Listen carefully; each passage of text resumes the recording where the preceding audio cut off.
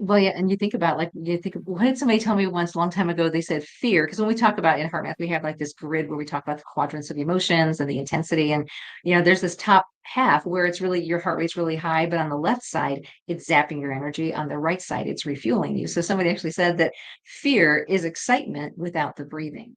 So as long as we can breathe, do some Oh, of these okay. heart focused breaths. And I was like, oh, okay, I'm just really excited right now. I just don't know. Yep. So I breathe it in, and then you actually can breathe in that attitude. And that's been helping me a little bit too, to just choose and go, wow, I'm really amped up or just worried about something, and to go, is this even real? Wait, pause, take a Right. breath, and all of a sudden it just kind of melts away or just reduces a little bit Hmm. sometimes. Yeah. Um, I think it was like one of my first videos I ever did. I did with a friend of mine, and I was telling him how nervous I was. I was like, I'm so nervous. Oh, and he's like, No, you're not. You're excited. That's that's all it is. It's excitement in a different form. And I'm like, all right, well, maybe I'll alchemize that into excitement. And I think that's a really good way of looking at it for sure, because a lot of this stuff is your body. It's your body, and it's the connection with your body that I'm working on right now. And I do feel like it's a relationship you have to curate, but it's also very rewarding at the same time because your body has a consciousness. And I remember the first time I connected with my body and told it I loved it, and I heard a little, really? I actually heard that. I was like, oh my gosh, I've neglected you for a long time, body. I need to show So you the precious. time. Yeah, take you out But to a it's movie or something. No, but it's gorgeous when you think about that, because that's something that I think is really common. Me too, where I look in the mirror and I look in like my eyes. It's like I think it's my best feature, and I'm like, okay, I look at you, but I don't even want to look at like what's from here down. I'm like, yeah, wow, it's a lot. It's still, even it's after so many years, to be able to look in the mirror and say, I love all of me. Woo, we're working on that. So it's Yes. just a Yeah. lot of old patterns and unpacking, and all the retrogrades that are happening now. It's just revisiting and replaying and rewiring and getting rid of what we don't need anymore. So that's part of that loop for sure. So I did an interview with this guy. His name's Stephen Nowak, and I saw him on, I don't know, one of the larger YouTube um, NDE channels, like Life After NDE or something. And for something about him, I just looked at him and I was like, I need to work with you, and I also need to talk to you on a video. So I wrote to him, and he was like, yeah, sure. And we did a video together, and then afterwards, he's like, hey, I'll just throw in a free session. And I was like, oh, that's so cool. Thank you. And we did a session together, and he taught me this method that he learned from the beings he was in contact with after his near-death experience. And it's all about strengthening the core of your being, basically, like your heart, mind, and soul, strengthening the Trinity, and like transmuting everything that's not love through the heart, and do this every morning.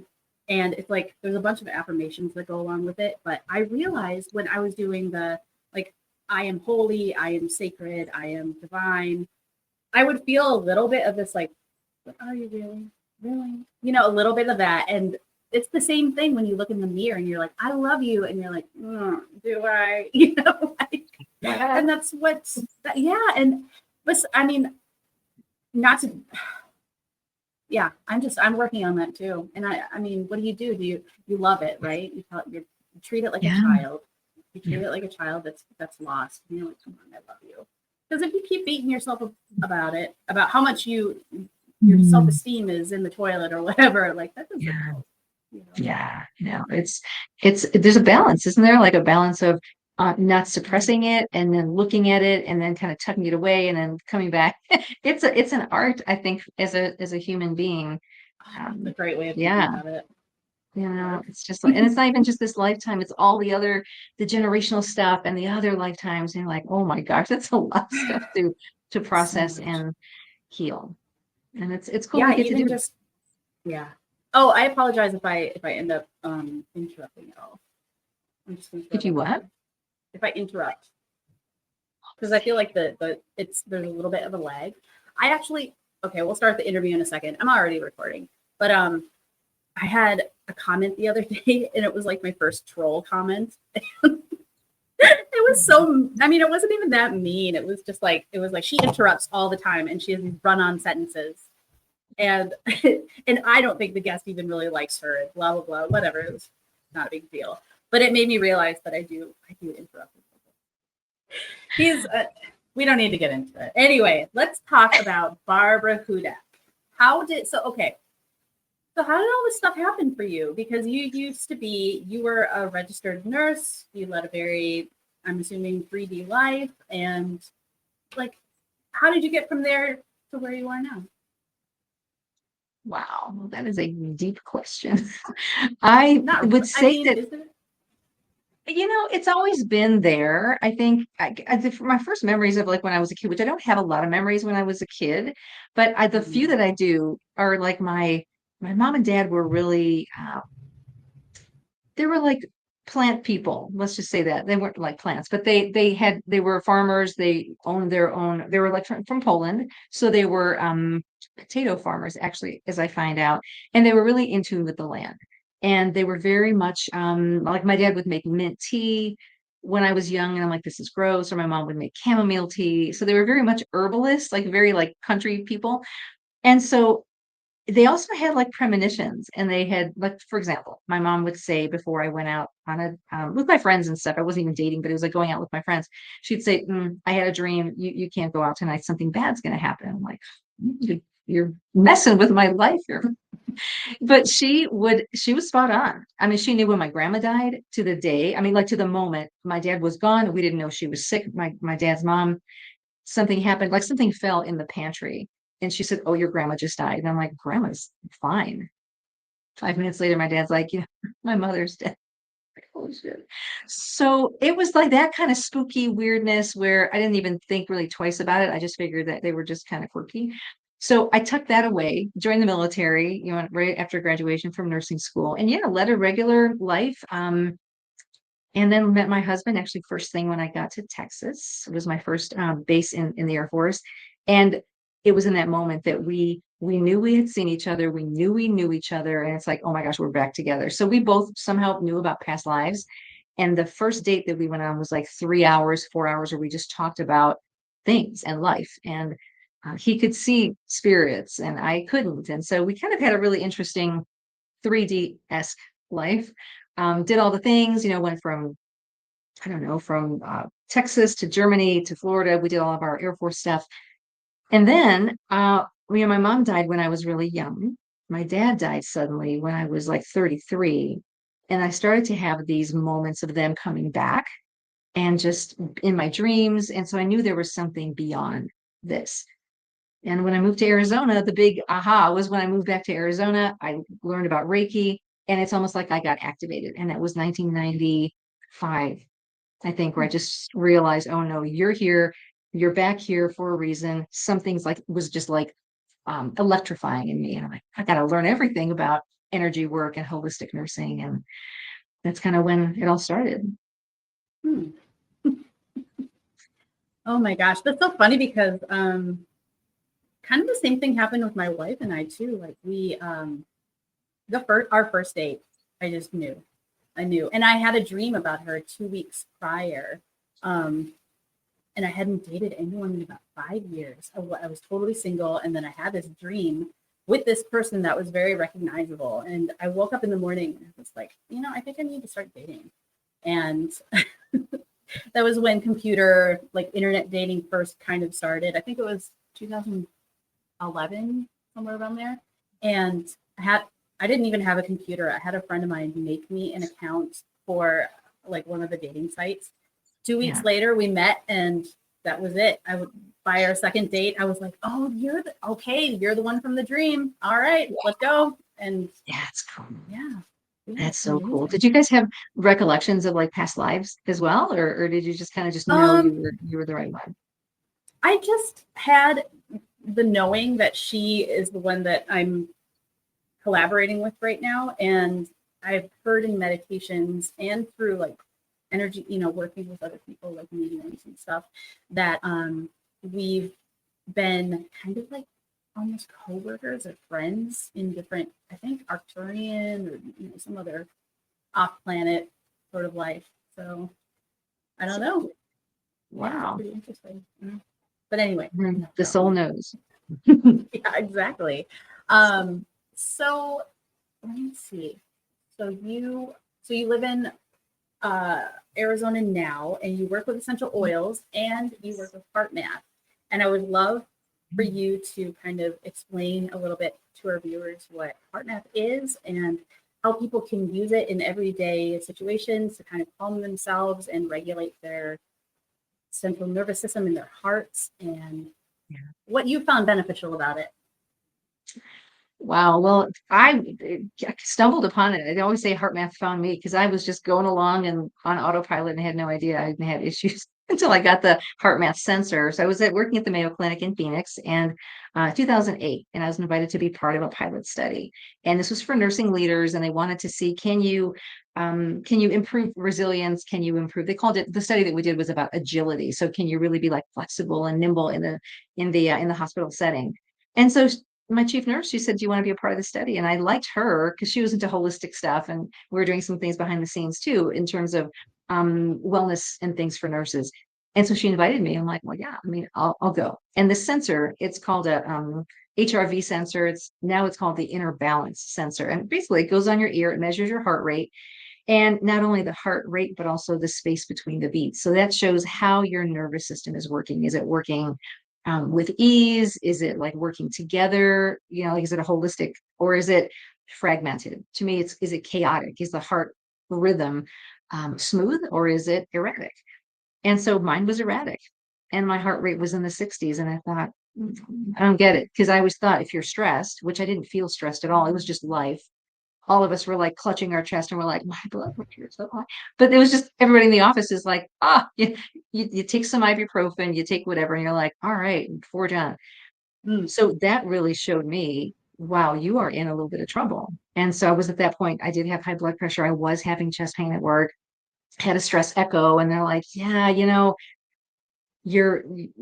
having stress issues. And then we always say, well, do you have stress? I'm like, well, no, I mean, not really, not big things. And what I realized through HeartMath is, and this whole program that's been around for 30 years, it's not just the big stressors, it's the small ones over and over and over and over that keeps dumping cortisol in the body. And that's when I learned that. I'm like, I think there's one, Houston, we have a problem. Two, they taught me some techniques to really, because once you know it, that's half the battle. Isn't I had no idea. I had just normalized what I was feeling. And so it gave me some techniques. And so they've been studying HeartMath Institutes in California. They've been studying coherence and physiology of coherence and wellness performance since 1991, I believe. And I am one of their master trainers for trainers. I am not an employee, so I'm not speaking on behalf of HeartMath. I'm speaking on behalf of me and my experience, but it has been a game changer. And that's been over 15 years that I've been doing these practices. And it's amazing what awareness, breath, and focusing on the heart center can really do for us. It's amazing. Absolutely. So you teach people these methods and kind of how to be more aware of your situations and your I stresses? do.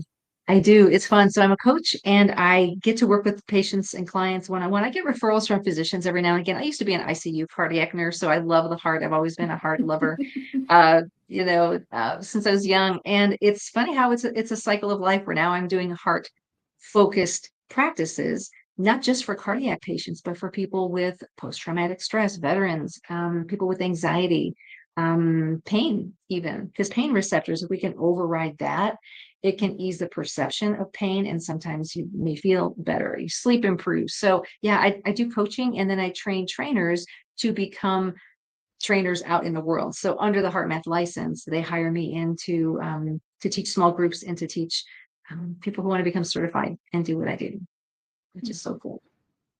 It is so cool. And also you touched a beating heart one time, didn't you? Yeah, I did. I That did sounds when I was pretty in cool. nursing school. Oh my God, that was so cool. Well, I had gone through, life is funny how you know what you're wired for and what you're not. My first rotation in nursing school, must have been, I don't know, 19, 20 years old, however young you are, probably 19. But the idea of going into rotations and deciding what your specialty is really interesting. And so my first rotation was OB. And so I went in, and it was awful. It scared the crap out of me. I'm like, I'm never having children because that looks frightening. So, so I Yeah, knew, and everybody's like crying. I'm like, oh my God, this is so terrible. They're like, no, Bart, this is a good thing. They're happy. I'm like, they oh my are. God, they are because I am just traumatized.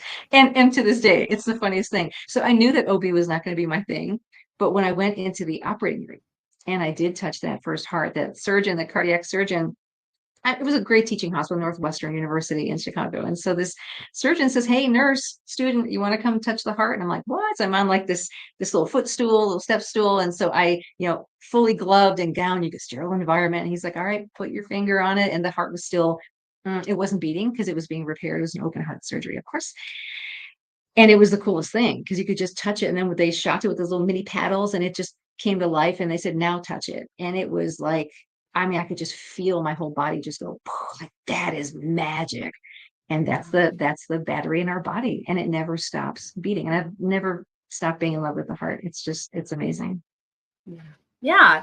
I mean, it truly is. You think, or at least I did when I first kind of awakened and became aware of energy. It was all about trying to like develop my psychic abilities and try to bend spoons or whatever, and kind of like get your vibration super high as possible. And it's not really sustainable unless you develop the heart as well, because the heart really is the engine. It's the engine for everything, for your entire life body. And I recently kind of learned how to transmute out of my heart, and that's been one of the most powerful experiences I've ever felt.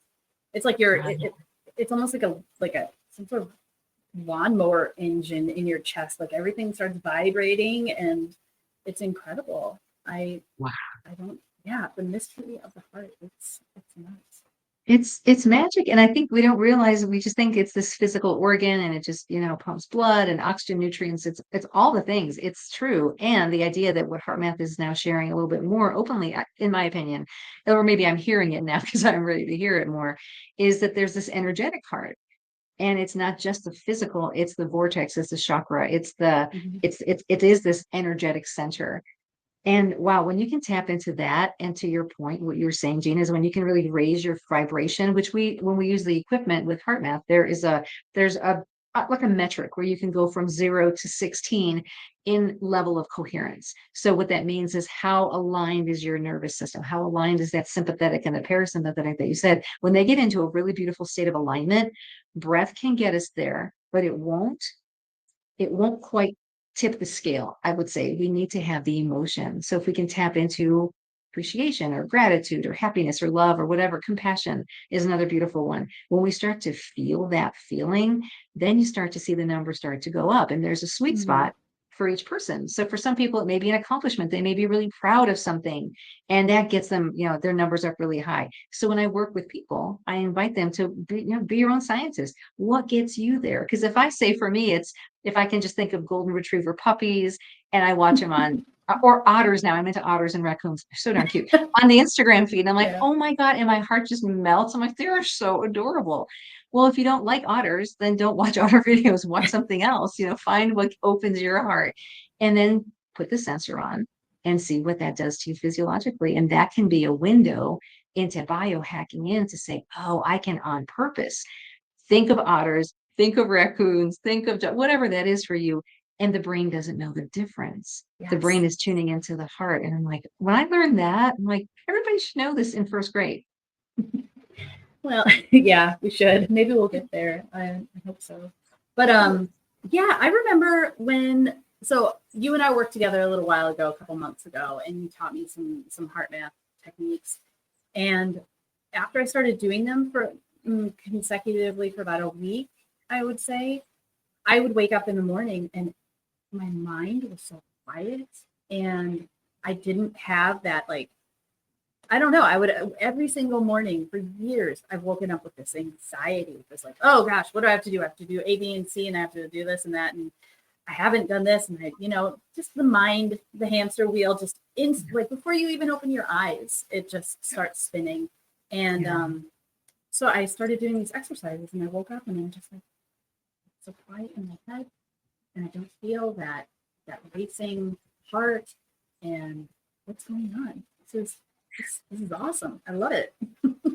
And it didn't take that long, right? I mean, No. from what you're sharing, it didn't take like months of practice and or Mhm. hours of meditation. And again, it's to me, I really like this. And I share this a lot with my clients and my students. I said, this is the fast track.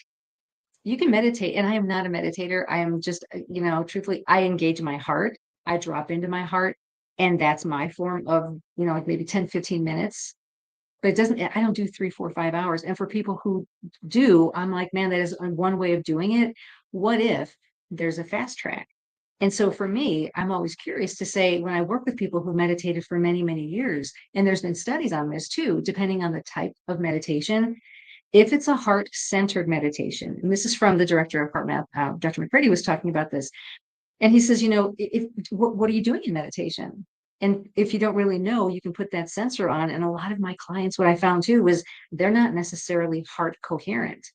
Their Mhm. heart rate's low. So they're relaxing. But when now we invite them to now add the power of the heart, tune in, activate that feeling. All of a sudden their numbers go up and their eyes are still closed. And I just watch them because you see them smile. And I'm like, well, what's going on for you? And they're like, I don't know, that feels different. I'm like, open your eyes. And that number's going green. And they're like, what is that? It's like, that's heart-centered practices.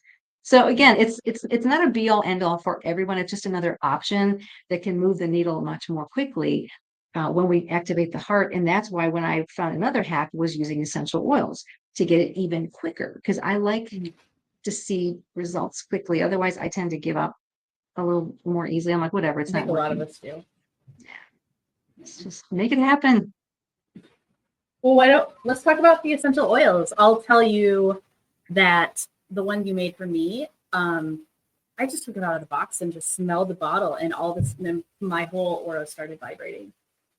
So, oh, that was awesome. Yay. My crown chakra just like blew open, and yeah, it was amazing. And you made this blend specifically for my organite pyramids and for my crystals and stuff. But you wanted my astrological chart so you could, I guess, I don't know why. Tell me why. Oh, it's a secret. No, Yeah. no, it's a to me, it's proprietary. I can't share. No, to me, it's like a homing device. So the more I learn about from our friend Shauna, astrologer, it's almost like, you create this blueprint for your life with the exact time of birth, and all the planets are aligned in a certain way for a reason. So we orchestrate this. So there's a lot of information in the natal chart. And I don't know astrology. All I know is, like, when I look at my own, I'm learning more from Shauna, thankfully. But when I look at somebody's chart, I don't know the degrees. I don't know all the stuff. I know nothing.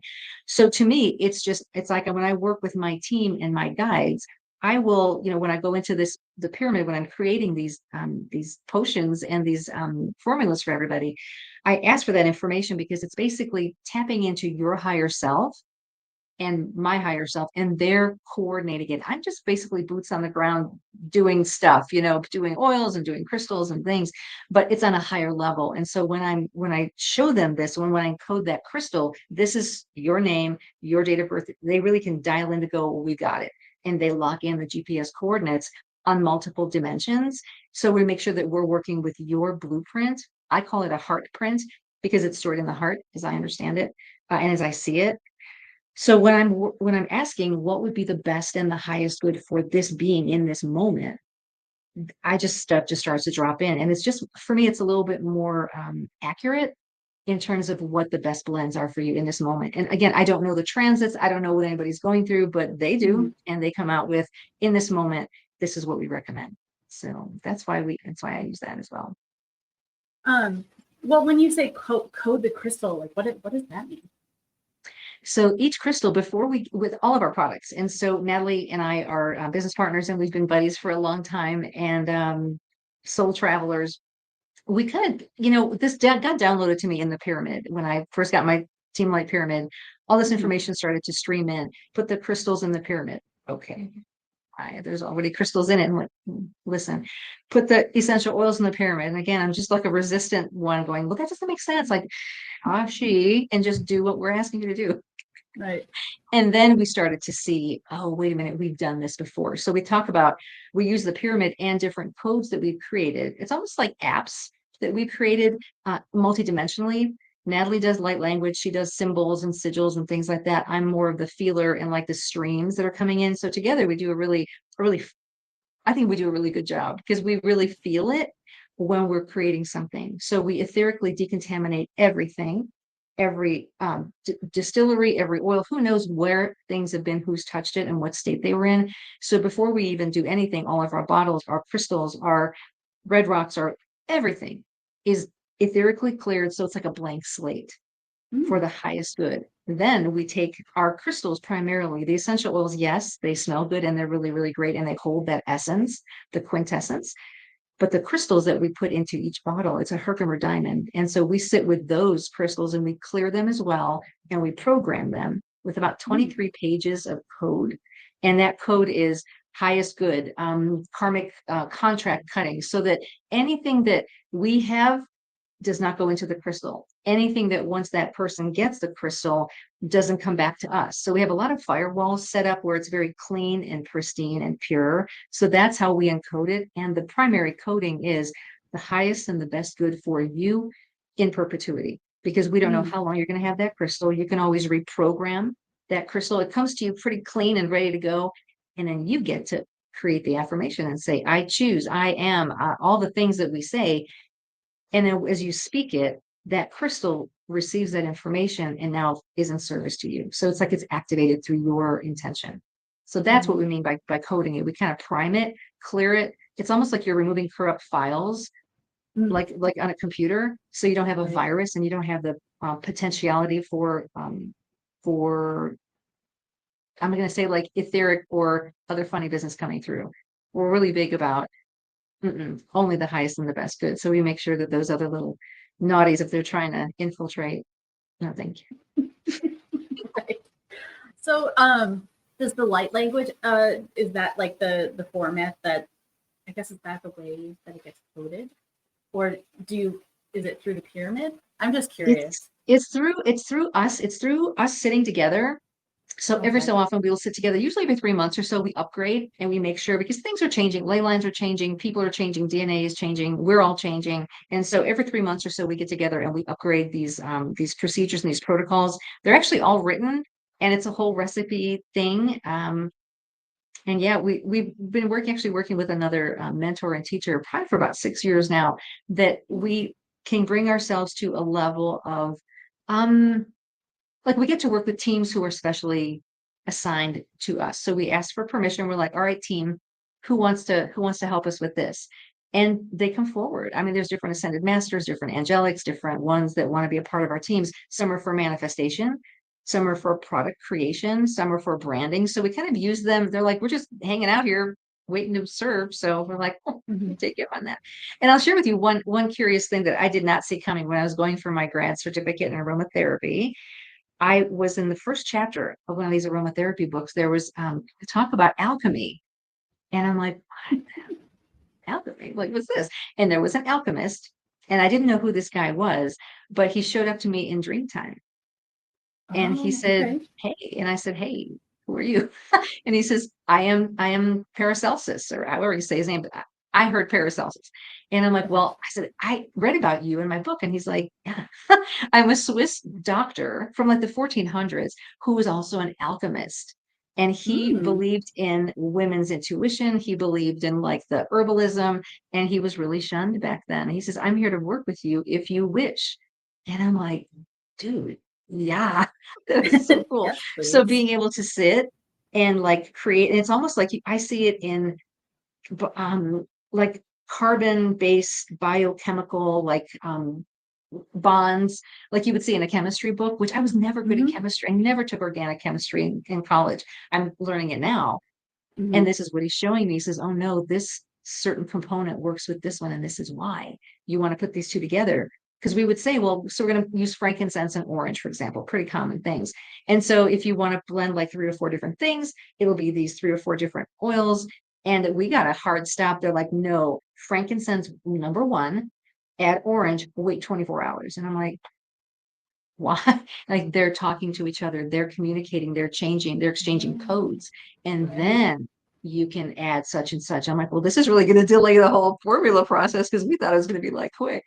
It blew my mind, Gina. I'm like, oh my gosh, this is so much beyond just throwing a bunch of stuff together and expecting it to be a certain way. And people have had our products. They're like, I took your stuff and I made it and it's different. I'm like, it's different. There's a reason for that. Yeah. Yeah. I've been kind of getting into my own coding of making jewelry, bracelets, and stuff with beads. And I honestly, I went through this kind of process where it was almost like a little bit of, it was a lot of solar plexus confidence issues and a little bit of victim and all that stuff. And it was really good because I got to clear a lot of that shadow. But once I got to the point, I realized that, I mean, everybody can do this. Everybody has their own inner tech. It's just in your own specialized version. So my coding isn't going to look like yours or Rion's or anyone else's. And so I was in meditation and my teams were like, just set the intention and do it. Just hold it in your hands and just let the energy come in. And so I was like, all right, guys, let's code this for so-and-so for their highest good. And I felt this big wave of energy come in through the crown and out through the hands. And I just sat with it for a while. And then the energy kind of subsided after a bit. And that was it. And that was my introduction to coding crystals and stuff. But recently I had this dream, and you reminded me of it when you were talking about your dream time with the alchemist.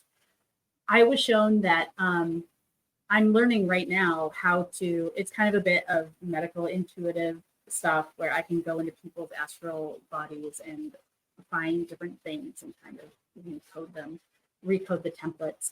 And I had no idea what that looked like or what the process was. And I was like, how am I going to do this? I don't know how to do this. And then I had this dream where I looked at some guys. There was a guy who was standing in front of me and he had a little scar on his chin. And he was like, look at the scar. And I looked at it and all of a sudden I got like sucked into it.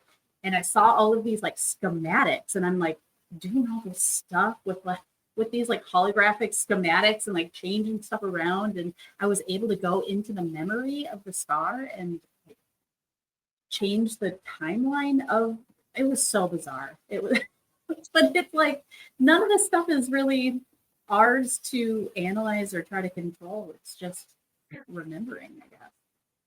Yeah, it's so cool. Even just thinking about how things happen, how traumas happen, how, cuts happen or how, the things that we go through. Yeah, it's not just physical. And you think about once you've healed, even there's still emotional, there's still mental, there's all these layers and layers and layers.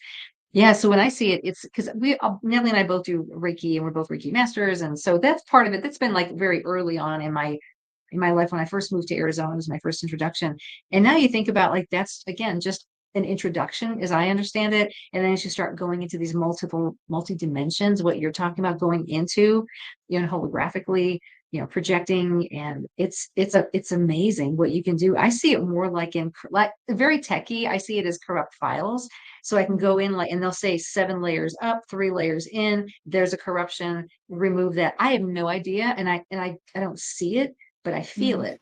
So it's almost like there's a corruption, to your point, where you go back and you reverse that timeline. And I always do this with, we call it a sponsorship. So only with the highest permissions, because that's the thing too, is, I've learned that over the years that, just because somebody has something or just because you can do something doesn't mean you should do it. Because is it really abrogating their free will? So that was a huge lesson for me. That was a big chapter. Like, do not abrogate the free will. I'm like, yeah, but I'm helping. They're like, no. Did they ask you? You're not helping if you're trying to manipulate the situation and the lessons that people are supposed to learn.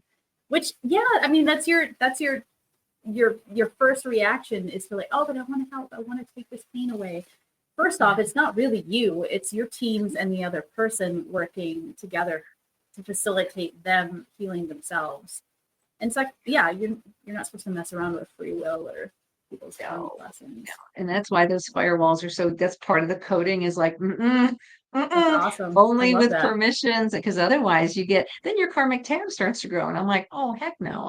I need to skin that thing down because we don't need any extra. Yeah. So and knowing people can heal themselves too, giving them the the permission and the not that they need it, but like you can heal yourself. And I do ask a lot of my clients that even with the heart rate variability and HeartMath, do you feel like you can heal yourself? And most of them, I would say maybe 80% now will say, yeah, I think I can, it's good. And some will say, no, no, this is just what it is. And like, well, I'm gonna have a little uphill battle here because if you're not in it with me, then it's not mine.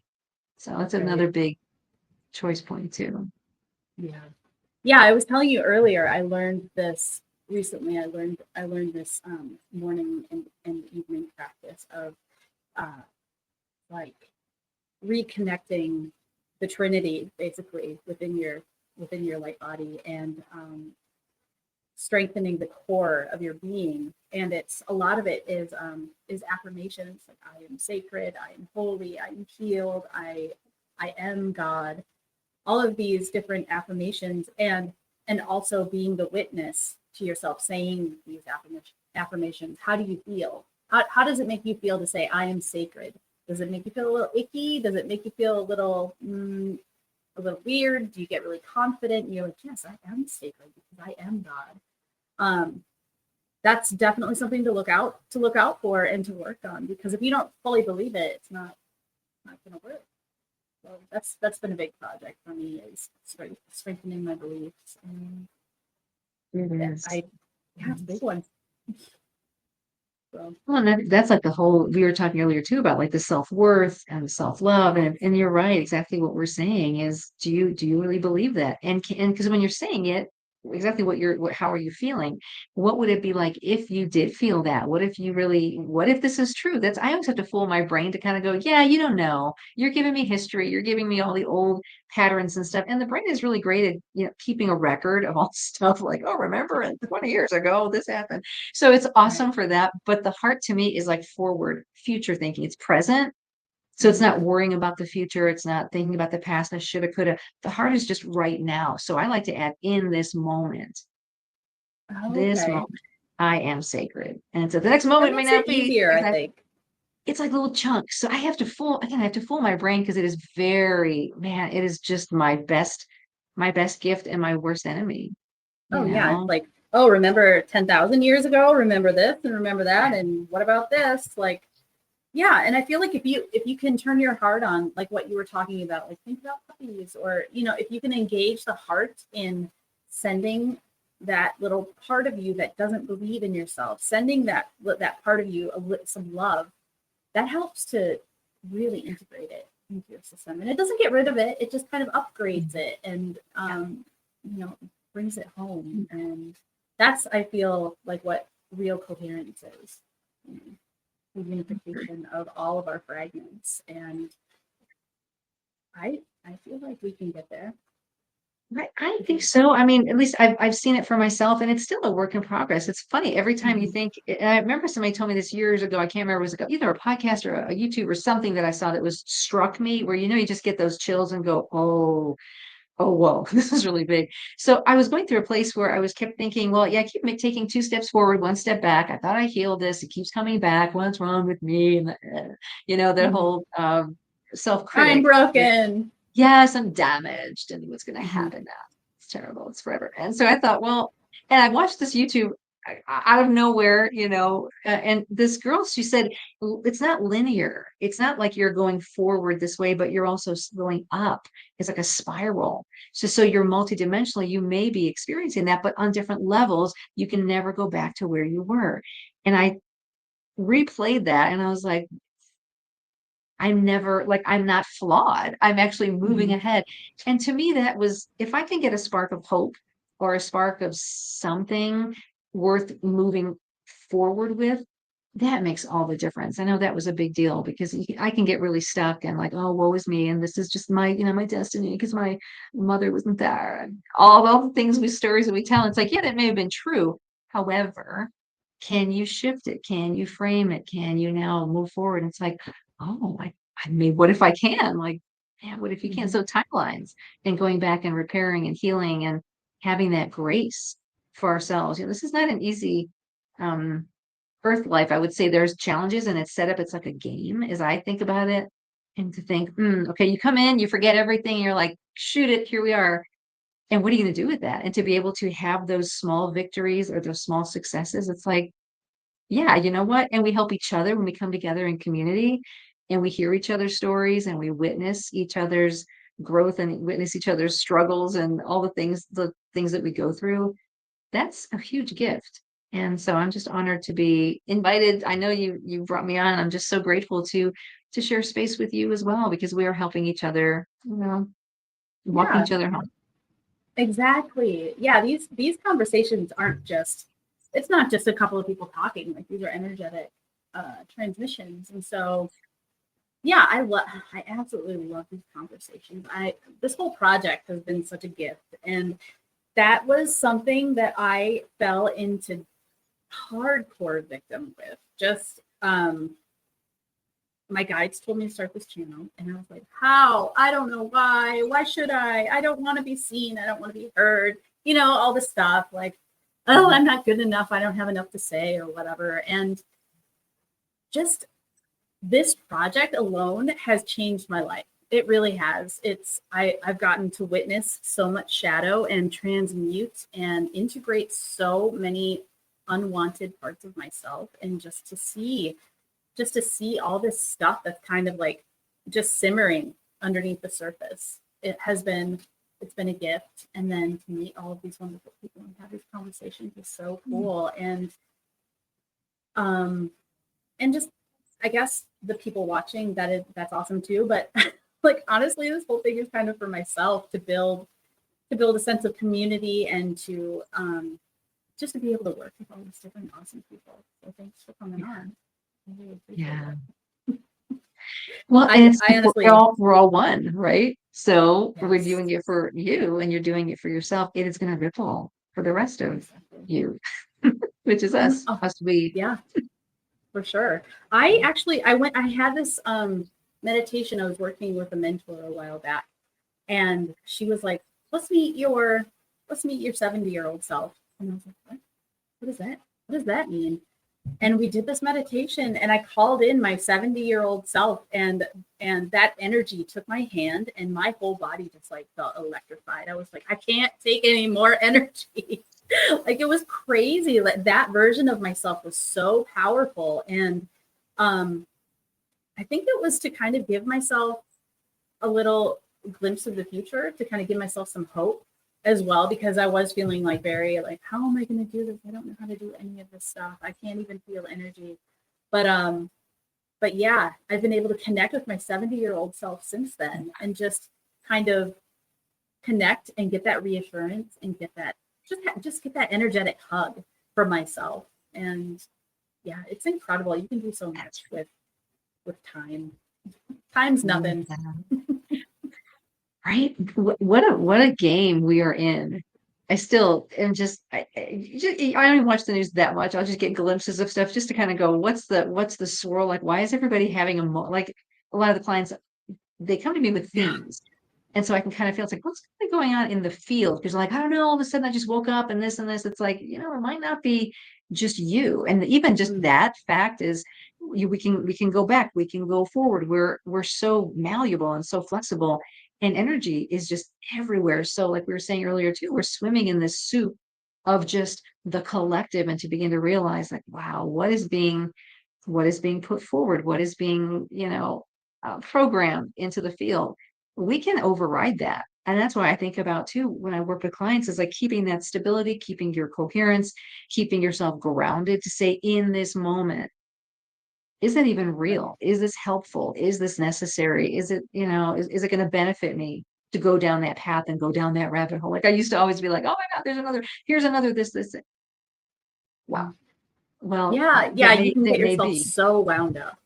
Oh, and it's funny. I go through phases where it's like, yeah, there's the latest thing, and there's all the ruckus of, what's being pumped into the field. And it's like, I'm gonna go right there with them. Now I get a little bit more discerning to go, oh, what's going on? Because I'm starting to feel a little bit of tension, and it's not mine. So what is it? So I'll just kind of tune in and just see what's going on. I don't know, politically, economically, worldwide. I'm like, oh my goodness. Well, they're still playing that game. So, and not to dismiss it and like completely punch out of it, but to hold space and compassion and trust that the highest good is going to emerge from this. And, me worrying about it, me stressing about it is not helping at all. So that's another way to, I think, to be more empowered and to feel like I'm just one person. What can I do? Your energy, when you're really in a coherent state, can move mountains, and you're rippling that throughout the people around you. So that to me is another thing. Don't ever forget that. Don't underestimate the power of your energy. Right. Yeah, I think that's a really good reminder for I mean, I myself, I do the same thing as you. Sometimes I'll wake up and I'm just like, oh, weird. And then I have a look at, I'll look on YouTube or something and I'll see a thumbnail of the news and it's like, oh, this current horrible thing that's happening. And it has in the past really swayed me. And then, you get into victim mentality and you're like, oh, everything's so horrible and there's nothing I can do. And if I could only just help. And it really doesn't help to do that. And so I have found for myself, the best thing that I can do that helps myself and the collective is to work on your coherence so that you don't feel like this empty bottle in the ocean. You're solid and you are able, that's how you affect change with your vibration and with your energy. It's not necessarily all about physical actions. That's so I right. feel like, yeah. Do you have any tips on people who are just starting out or people who are interested in HeartMath but don't really know anything about it? Yeah. So I would say if you go to check out heartmath.com and you type in free resources, they have a lot of free things. Like the one technique that is probably one of the biggest ones, is called the quick coherence technique. And it's out on the website, and it's public domain, I guess is what you call it. So, and they have an audio with it. They have like a written thing. So what I sometimes do is I record my own recordings, and I do this for my clients as well. They're like, can you just, go through this 3-minute process and just record it? Of course. But that's what I would start to say is some people want the science and they're like, show me, why would just breathing work? Well, breathing affects your nervous system. It affects your heart rate, affects how your autonomic nervous system works. If that's out of sync, and that's the most important thing too, is you can take all the supplements, you can go to the gym, you can do all your green drinks and your stuff.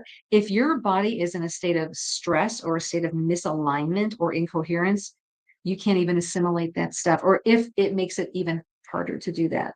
So to me, the first thing, the underlying thing is get that nervous system into a state of coherence, and you're gonna slip out of it. You're gonna have a moment, you're gonna get angry, and it's not about ever not feeling your feelings. But if you watch yourself and say, gosh, I'm really anxious. And you might write down, what I would do is, even for anybody who's watching, is just to say, make a column, list with 3 columns. First column, what's the thing? The person, the situation, the memory, whatever that is depleting or stressful, let's just say. Although that thing is not the cause of the stress.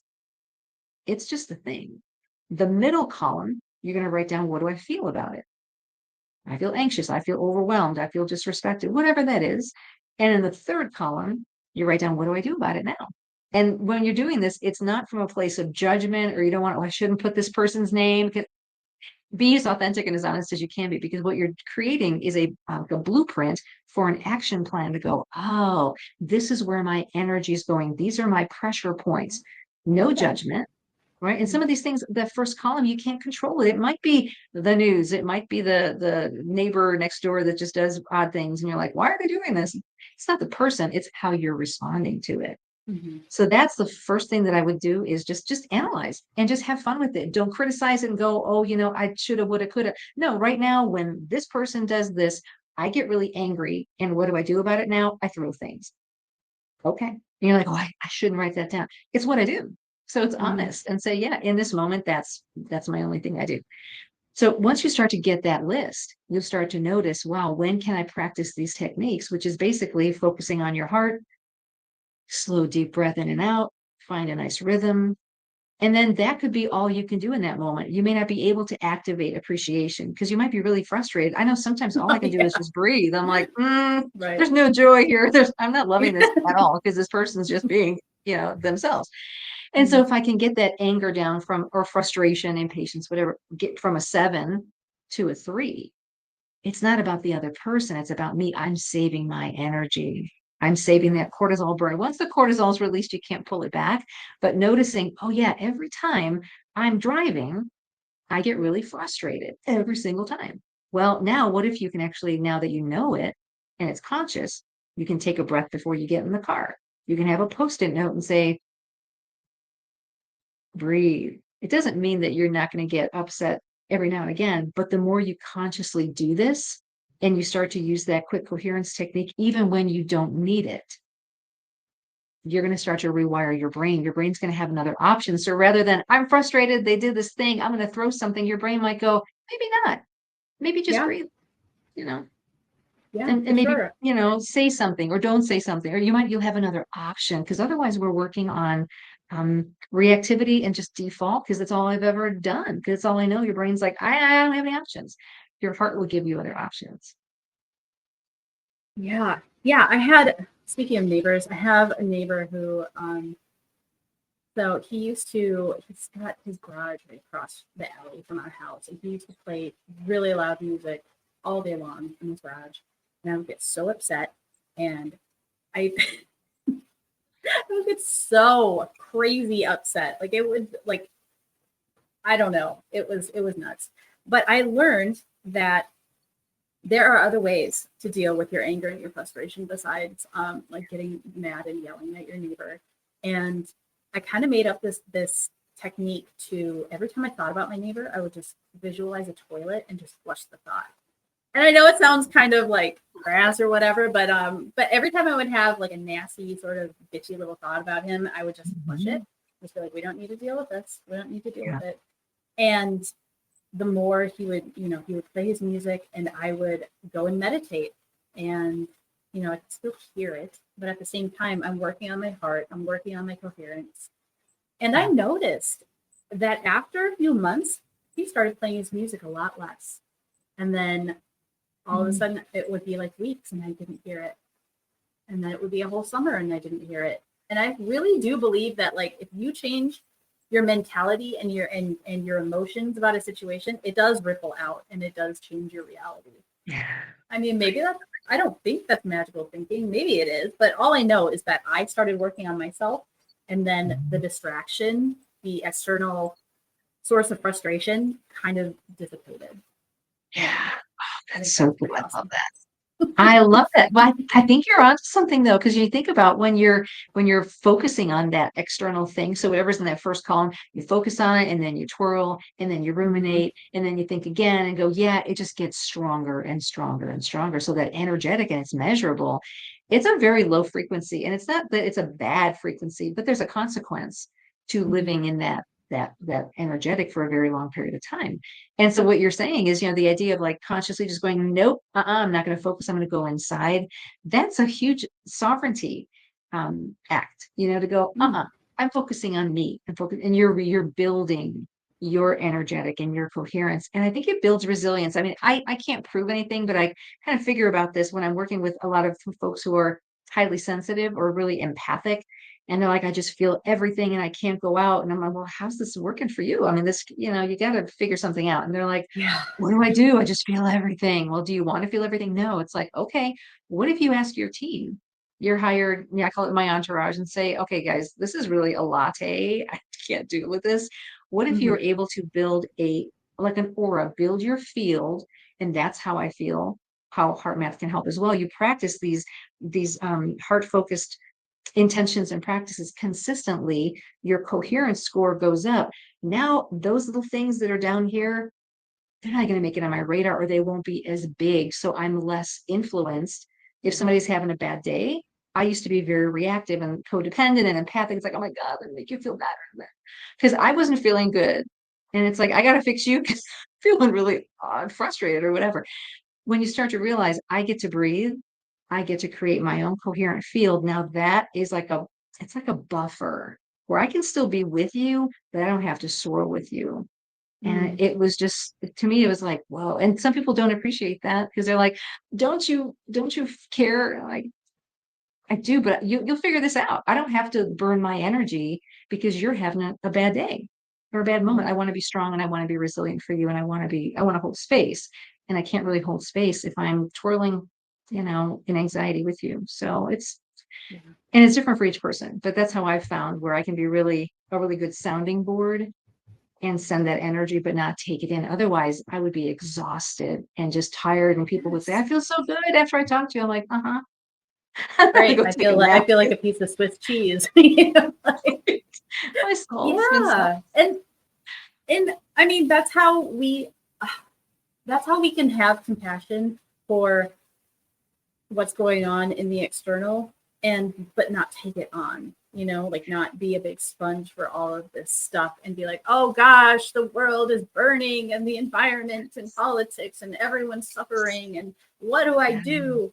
And man, when I first came around to the idea that I didn't have to, I could witness this stuff, but I didn't have to like put myself in that suffering along with others, I felt really guilty. There really was a sense of guilt. Like I should, like this is my duty as a human to feel what's going on in the Middle East or on some other part of the planet or with this forest or this lake that's being polluted. You know, like Yeah. if you do that, you stretch yourself so thin and your pilot light goes down so far Yeah. that you don't have energy for anything.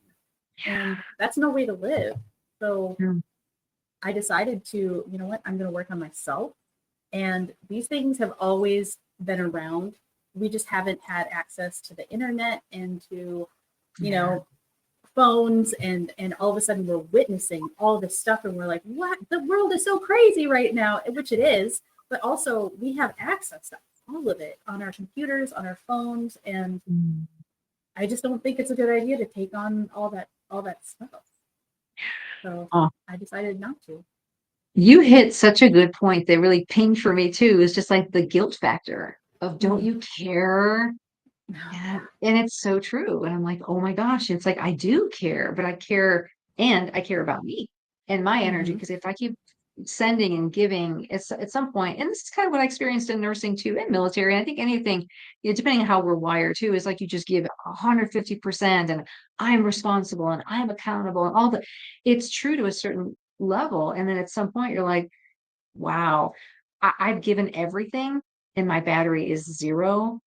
Now I'm not good to anybody because nobody Mm-hmm. else's job to fuel us and to take care of us. And that guilt is such a huge guilt and shame, I think, are such a big um, energetic that's so soul sucking. And once we Mm. get, you know, the awareness is like, well, this is what you should do. Oh, don't shoot on me. It's one of my Yeah, they favorite things. really Like, don't shoot. don't shoot on me. That's a good one. I'm gonna use that. Shoot. I And don't don't think shoot I've on ever heard that yourself. one. Yeah, don't shoot on yourself. Yeah, the guilt and shame really keep you out of self-love. They really do. They're really good at keeping you out because you think about, oh, but what about so and so? And I really should be caring for them and for others. And oh, no, bring it back home because you are everyone and everyone is you. And if you don't care for yourself, you can't help anybody else. Yeah. Yeah.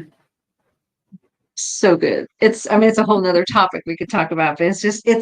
it's fascinating because all of us are going through it. All of us are human. All of us are so connected. And what one person's feeling, there's going to be that resonance, like you said, with the person that was playing all that music. It's like when you went in, all of a sudden things either look different or they actually change. I mean, how cool is that that we can be the creator of our reality? That's just, it's pretty fun. I think that's what we're supposed to be doing soon. Yes, We're working on it. we are. Well, I will let you go because you are a busy woman, but I'm going to put all of your info in the description. And do you want to tell people where to reach you and Sure. Yeah. So my all that good primary stuff? website is down below. It's heartfulintegrations.com and it's 1L.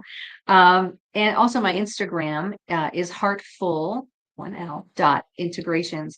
And so I'm kind of building my like you were saying earlier, it's like, oh, this thing of going on social media and being seen out in the world. So I do have some quirky, weird stuff, and I'm just as professional as I can be with the nursing and doing conferences and stuff.